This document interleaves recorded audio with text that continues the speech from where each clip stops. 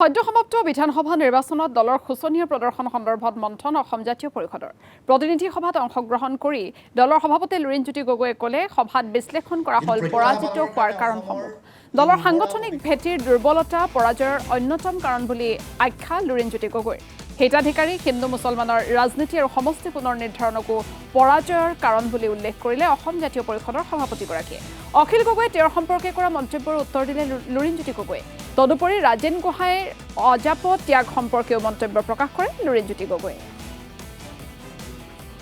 যোৱা নিৰ্বাচনত আমি নিৰ্বাচন পৰাজয়ৰ মূল কাৰণ কি কাৰণে আমি লক্ষ্যত উপনীত হ'ব নোৱাৰিলোঁ বিৰোধী ৰাজনৈতিক শক্তিসমূহ আমি ঐক্যবদ্ধ হৈ আগবঢ়াৰ পাছতো কিয় আশা কৰা ধৰণে আশানুৰূপ ফলাফল কিয় নাহিল সকলো কথাই আমি বিশ্লেষণ কৰিছোঁ সময়ৰ লগত বিজেপিৰ ভয় ভাবুকি টকা পইচাৰ ৰাজনীতি হিতাধিকাৰী ৰাজনীতিৰ তাৰ পাছত কিমান পৰ্যায়লৈকে যুঁজিব লাগিব সেই কথাটো আমি আজি আলোচনা কৰিছোঁ আৰু সেইটো পৰ্যায়লৈকে আমাৰ দলৰ কৰ্মকৰ্তাসকলক যে সক্ষম কৰিব পৰা নাই পৰৱৰ্তী দিনসমূহত তালৈকে আগবঢ়াই লৈ যাব লাগিব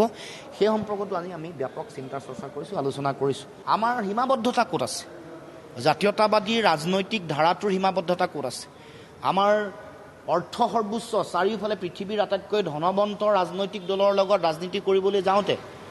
আমাৰ অৰ্থ বা টকা পইচাৰ কি প্ৰত্যাহ্বান আছে এইবোৰ কেনেকৈ প্ৰত্যাহ্বান আমি উফৰাম বা প্ৰত্যাহ্বানবোৰ কেনেকৈ আমি মানে ইয়াৰ লগত মুখামুখি হ'ম এই সকলো কথা আমি পৰ্যালোচনা কৰিছোঁ সেইকাৰণে অসমৰ ৰাইজক আমি পুনৰবাৰ দৃঢ়তাৰে কৈছোঁ আপোনালোকে আমাৰ ওপৰত আস্থা আৰু বিশ্বাস ৰাখক আপোনালোকৰ কঠোৰ সমালোচনা আমাৰ প্ৰতি গঠনমূলক সমালোচনা আমাৰ প্ৰতি আগবঢ়াওক দিহা পৰামৰ্শ দিয়ক আমি স্বাভিমানী আপোচবিহীন জাতীয়তাবাদৰ যি আদৰ্শ তাৰ পৰা কক্ষচ্যুত নহওঁ সেই লক্ষ্যৰ পৰা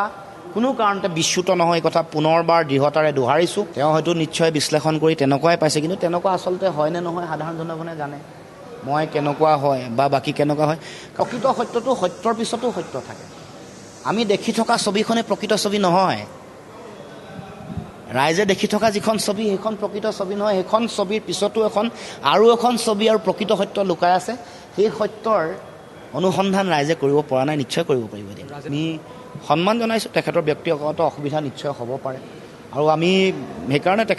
তেখেতে যিখন পদত্যাগ পত্ৰ প্ৰেৰণ কৰিছে আমি গ্ৰহণো কৰিছোঁ আৰু কৈছোঁ যে যি চমু সময় আপুনি দলত থাকিলে তাৰ কাৰণে আপোনাক ধন্যবাদ জনাইছোঁ যি সেৱা আগবঢ়ালে তাৰ কাৰণে আমি দল কৃতজ্ঞ ভৱিষ্যতৰ দিনসমূহৰ আপুনি যাতে সুস্বাস্থ্যৰে থাকে আপুনি যাতে সামাজিক জীৱনতো যাতে ভালকৈ কাম কাজ কৰি থাকিব পাৰে তাৰ কাৰণে আমাৰ ফালৰ পৰা অফুৰন্ত শুভেচ্ছা জ্ঞাপন কৰিছোঁ